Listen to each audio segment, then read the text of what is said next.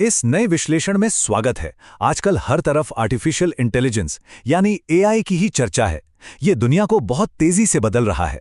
लेकिन अक्सर एक बहुत बड़ी गलतफहमी होती है कि एआई का मतलब बस कंप्यूटर के सामने बैठकर फटाफट कुछ कोड टाइप कर देना है। बिल्कुल नहीं। असल में एक बेहतरीन और प्रभावी एआई समाधान बनाने के लिए एक बहुत ही व्यवस्थित दृष्टिकोण, एक स्पष्ट ब्लूप्रिंट की जरूरत होती है। जरा सोचने वाली बात है, अगर किसी इमारत का बुनियादी ढांचा ही कमजोर हो तो क्या होगा? वो खतरनाक हो सकती है। बिल्कुल यही बात तकनीक पर भी लागू होती है। तो आज हम इसी ब्लूप्रिंट को डिकोड करेंगे और समझेंगे कि एआई वास्तव में कैसे सुरक्षित, सटीक और जिम्मेदार बनता है। आगे बढ़ने से पहले जल्दी से देख लेते हैं कि आज की इस चर्चा का रोडमैप क्या होगा। सबसे पहले एआई फ्रेमवर्क को समझेंगे, फिर इसके 6 प्रोजेक्ट चरणों पर बात करेंगे। उसके बाद एआई के 3 प्रमुख डोमेन देखेंगे। फिर ये समझेंगे कि एआई को नैतिकता की आवश्यकता क्यों है, और अंत में इसके 5 नैतिक सिद्धांतों पर गौर करेंगे।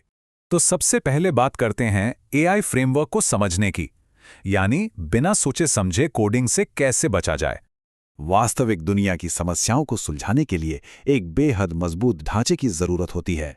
ऐसा ढांचा जो ये पक्का करे कि समाधान सिर्फ डेटा पर आधारित न हो, बल्कि सटीक और नैतिक भी हो। और इस बुनियादी फ्रेमवर्क का सबसे बड़ा नियम क्या है?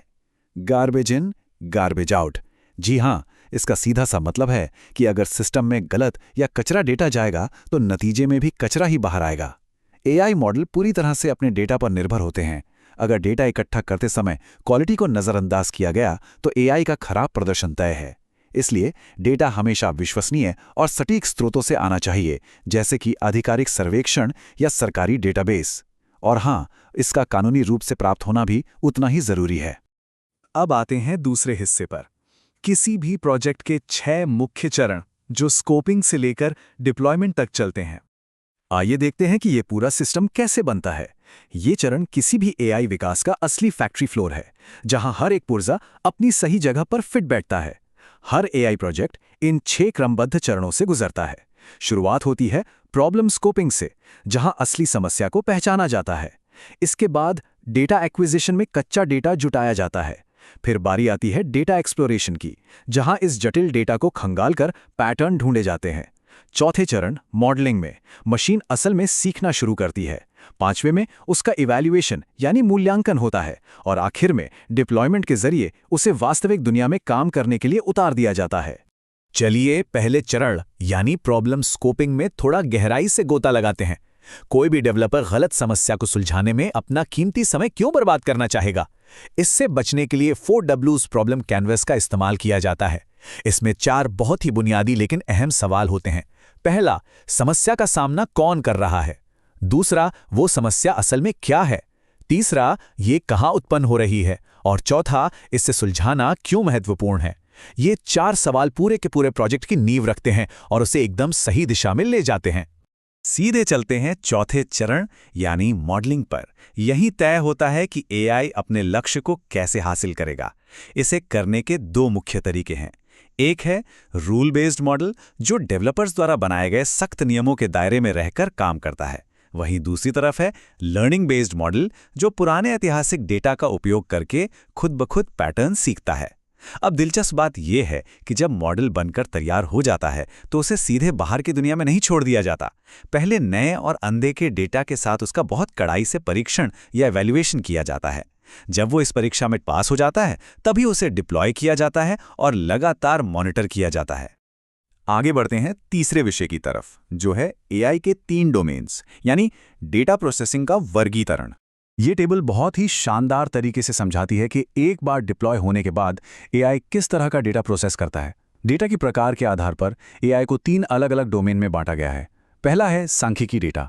ये पूरी तरह से संख्याओं और विशाल डेटा सेट पर काम करता है, जैसे ट्रिवागो और गूगल फ्लाइट्स, जो सेकंडों में कीमतों का सटीक अनुमान लगा लेते हैं। दूसरा डोमेन है कंप्यूटर विजन। ये तस्वीरें और वीडियो समझने में माहिर है। खेतों की निगरानी करने वाले स्मार्ट ड्रोन या सुरक्षा कैमरे इसके बेहतरीन उदाहरण हैं। और तीसरा है नेचुरल लैंग्वेज प्रोसेसिंग, जिसे हम एनएलपी भी कहते हैं। ये इंसानों की तरह टेक्स्ट और आवाज़ को समझता है।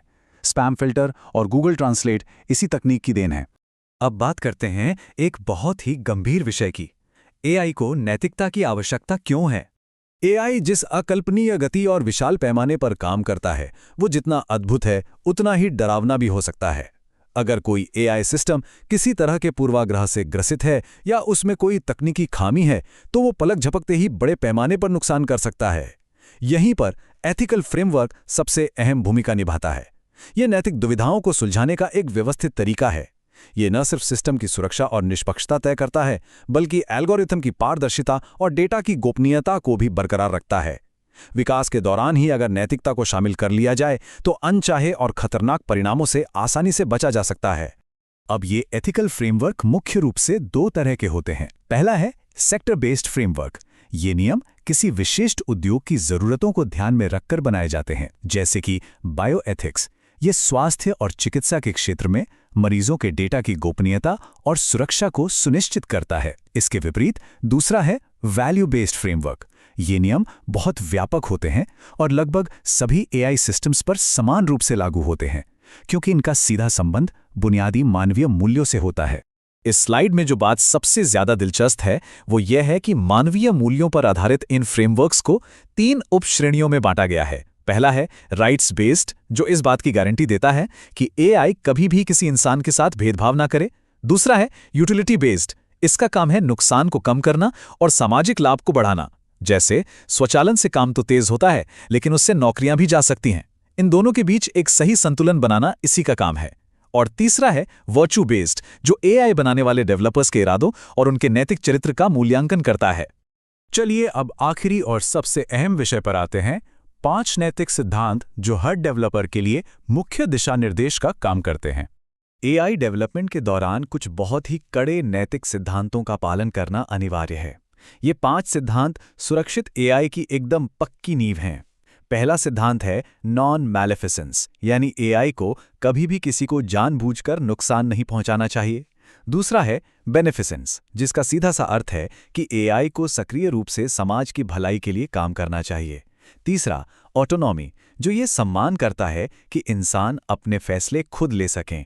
और जस्टिस या निष्पक्षता का मतलब है सभी के साथ समान व्यवहार करना, ताकि कोई भी पुराना ऐतिहासिक पूर्वाग्रह तकनीक में शामिल ना हो सके। तो सबसे अहम बात यह है कि 5वां सिद्धांत है ट्रांसपेरेंसी, यानी पारदर्शिता। ये हमें ब्लैक बॉक्स नाम की एक बहुत ही गंभीर समस्या से बचाता है।